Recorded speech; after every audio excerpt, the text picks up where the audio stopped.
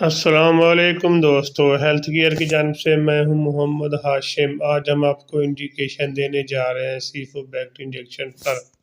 ان کے کیا یوزز ہیں، ان کے کیا بینیفٹ ہیں، آپ نے اس کو کس طرح استعمال کرنا اور یہ کون سی کمپنی کا ہے،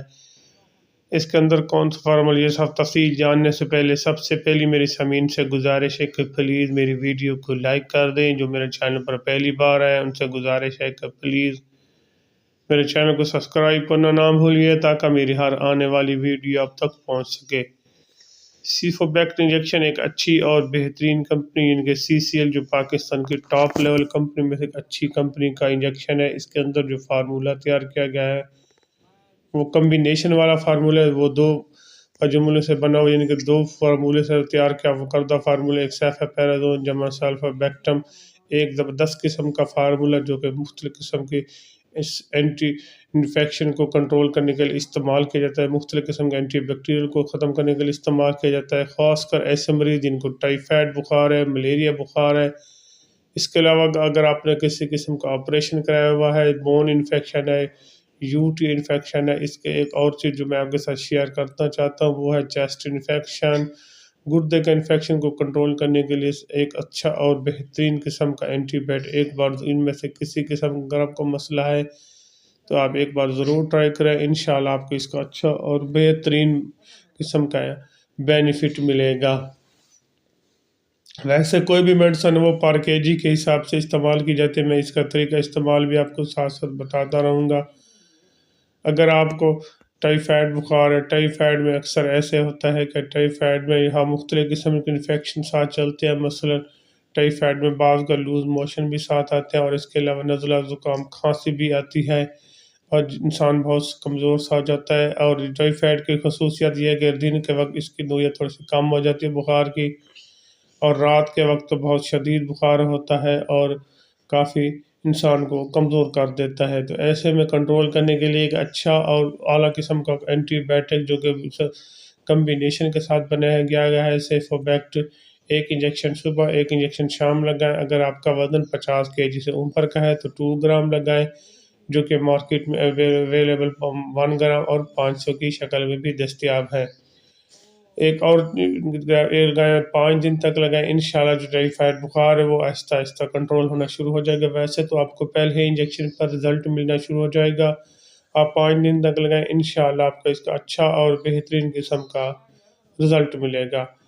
اگر آپ کو گردے کا انفیکشن ہے، گردے کے انفیکشن بہت کے 2-3 قسم کے ہوتے ہیں۔ پہلا تو یہ ہے کہ بعض کا کچھ لوگ سردیوں میں پانی نہیں پیتے، جس کی وجہ سے یا پانی کم ہونے کی وجہ پیتے ہیں، اس کی وجہ سے گردے میں انفیکشن بن جاتا ہے۔ دوسرا یہ ہے کہ پروسٹیٹ کی وجہ، جن کے پتھری کی وجہ سے،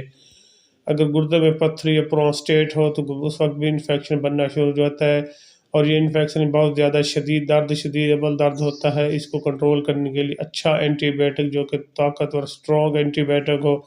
جیسا کہ سیفوبیکٹ ایک اچھا اور اسٹرانگ اینٹی بائیوٹک ہو،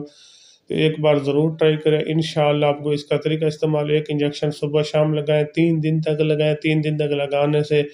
جو گردے میں انفیکشن ہے، پروسٹیٹ کا انفیکشن، وہ آہستہ آہستہ کنٹرول ہونا شروع ہو جائے گی، اور جو اندر زخم بنا ہوا ہے وہ بھی ختم ہو جائے گا، اور ایک بار پھر آپ بالکل صحت یاب ہو جائیں گے۔ اس کے اگر آپ کو UTI انفیکشن ہے یا گنوریا کے انفیکشن ہے، دونوں سیم چلتے ہیں، اس کو بھی استعمال کرنے پر گنوریا اور UTI انفیکشن ایک دن میں آپ کو ختم کر سکتا ہے۔ ویسے تو آپ 3 دن تک لگائیں، ایک انجیکشن روزانہ کی بنیاد پر لگائیں، اور 3 دن کے استعمال کرنے پر گنوریا کا انفیکشن اور UTI انفیکشن مکمل طور پر ختم ہو جائے گا۔ اس کے علاوہ اگر آپ کو UTI انفیکشن کے علاوہ اگر آپ کو چیسٹ انفیکشن ہے، بعض کا چیسٹ انفیکشن دم اور استھما کے مریضوں کے لیے کافی نقصان دہ ہوتا ہے، ان میں چیسٹ انفیکشن اور